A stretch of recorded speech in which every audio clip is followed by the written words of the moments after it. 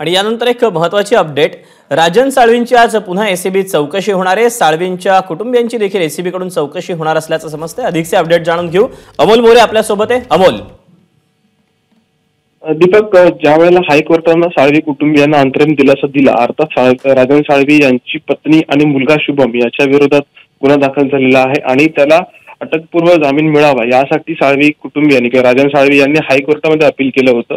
त्यावेळी त्यांना हायकोर्टानं अंतरिम जामीन दिलेला आहे आणि हा जामीन देत असताना ज्या तपास यंत्रणा आहेत त्यांना सहकार्य करा असं न्यायालयानं म्हटलेलं आहे आणि त्यानुसार साळवी कुटुंबीय आज दुपारी 1 वाजता रत्नागिरी एसीबी कार्यालयामध्ये कागदपत्रांसह आणि त्यांची वहिनी, भाऊ, मोठा भाऊ, पत्नी, मुलगा आणि स्वतः राजन साळवी एसीबी कार्यालयामध्ये रत्नागिरी इथं हजर राहणार आहेत आणि जी काही कागदपत्र आहेत किंवा जी काही माहिती तपास यंत्रणांना अर्थात अँटी करप्शन ब्युरोला लागणार आहे ती यावेळेला सादर करतील।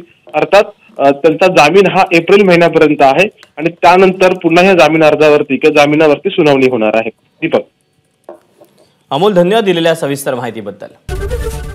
एबीपी माझा, उघडा डोळे बघा नीट।